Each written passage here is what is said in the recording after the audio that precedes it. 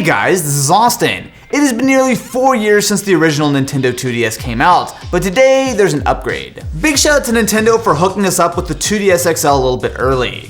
So the 2DS has always been a little bit of a weird product. When the 3DS came out, the big feature was the new 3D screen. And of course, that's exactly what the 2DS takes away. So if we open up the box, the first thing we see is the power adapter.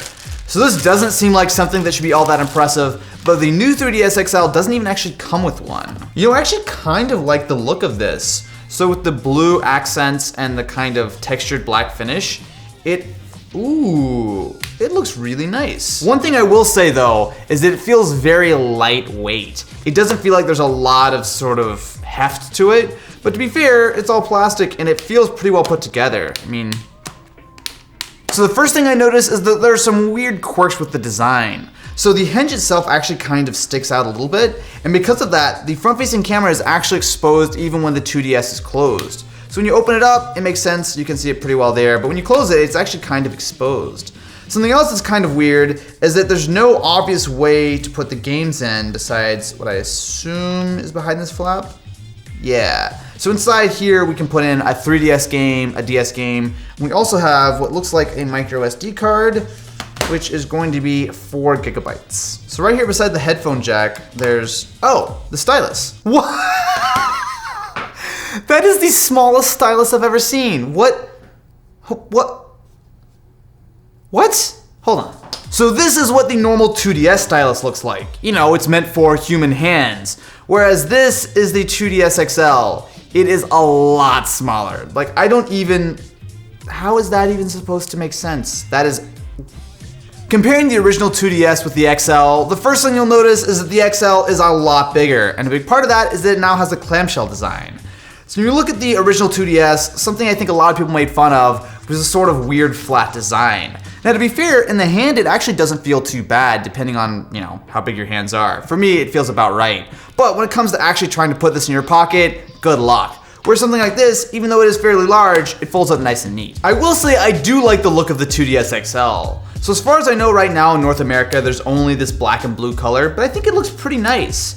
Something that I really keep coming back to though, is that this is really light. It feels not cheap, but lighter than you would expect. The real comparison here though is with the 3DS XL. And the first thing I noticed with these two is that they actually have slightly different camera layouts. So with the 3DS XL, if I open this guy up, you'll see that there are 2 3D cameras, or I guess 1 3D camera on the back. So essentially you can use this for some mini games, but they actually do take stereoscopic 3D images. Now the 2DS XL also has that, but instead of being on the screen, they're actually on the back. What? Yeah, that's what I said. Weird, right? Put them side by side, and the biggest difference that you'll notice between the 2DS XL and the 3DS XL is the lack of 3D screen.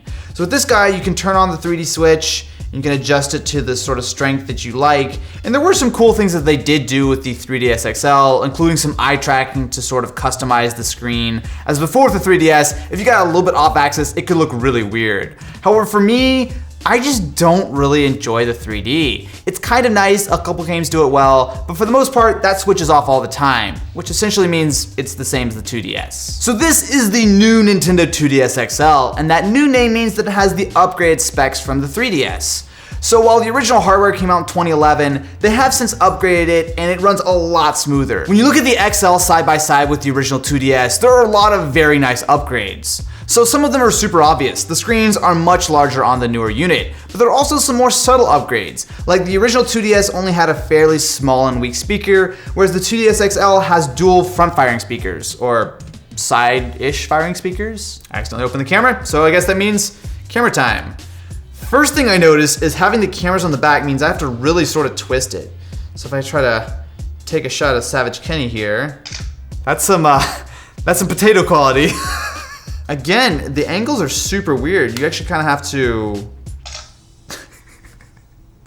So you might not want to take your next selfie masterpiece on it, but for a lot of the stuff like games that need it for AR stuff, it works. Of course, as a game console, we have to play some games. So to start with, we have Pokemon Sun. The Pokemon games, I will be totally honest with you, are a huge reason why I played the Game Boy, the DS, and the 3DS. That's really what keeps me coming back to Nintendo handhelds. And Sun, I think, is, well, another one that I've spent a lot of money on. You spent a lot of money on? Yeah, I bought a lot of Pokemon games. It looks good. The screens on the 2DS are not great, to be totally honest with you, but it's about the same as every other 3DS, so there's really not a whole lot to complain about. Speaker also sounds decent.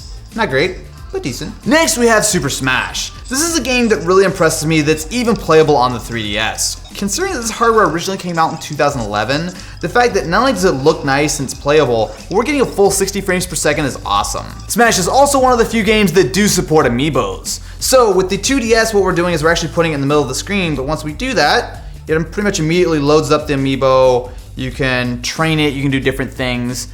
To be honest, I don't find that there's a ton of games that really make amiibos all that useful, but it's definitely nice to have. So one thing I'm noticing is the stylus actually isn't quite as annoying as I thought it would be. Yes, it is very, very short, but depending on how you hold it, it actually doesn't feel that bad. Now you do have the option of buying digital games for the 2DS XL as opposed to buying the physical ones, so most of the titles are available in the eShop.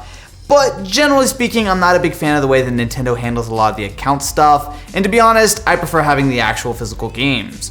What is cool though is you do have the full virtual console on here. There aren't a ton of games, but you do have a fair few options such as the original Pokemon games, you have some NES titles, some Super Nintendo games, Game Boy Color, and there are still more coming. For example, Pokemon Gold and Silver will be available on the 3DS a little bit later in the year. So Nintendo is still making both the 2DS as well as the new 3DS XL right now. So which one should you pick up?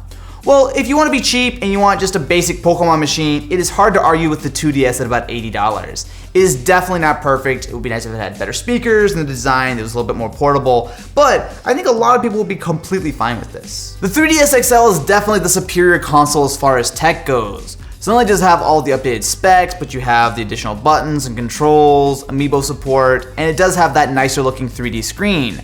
But for me, I don't ever use the 3D, so that really is not a big deal, which makes the 2DS XL look a lot more appealing. For $150, the 2DS XL is probably the end of the line for the 3DS. Now that's not necessarily a bad thing. Well sure, it's about half the price of the Switch, but more importantly, there are still games that are coming out for this. So stuff like Pokemon Ultra Sun and Moon will be out a little bit later this year. And as far as I'm concerned, this is my favorite 3DS design yet. So, what do you guys think about the 2DS XL? Let me know in the comments below, and I will catch you on the next one.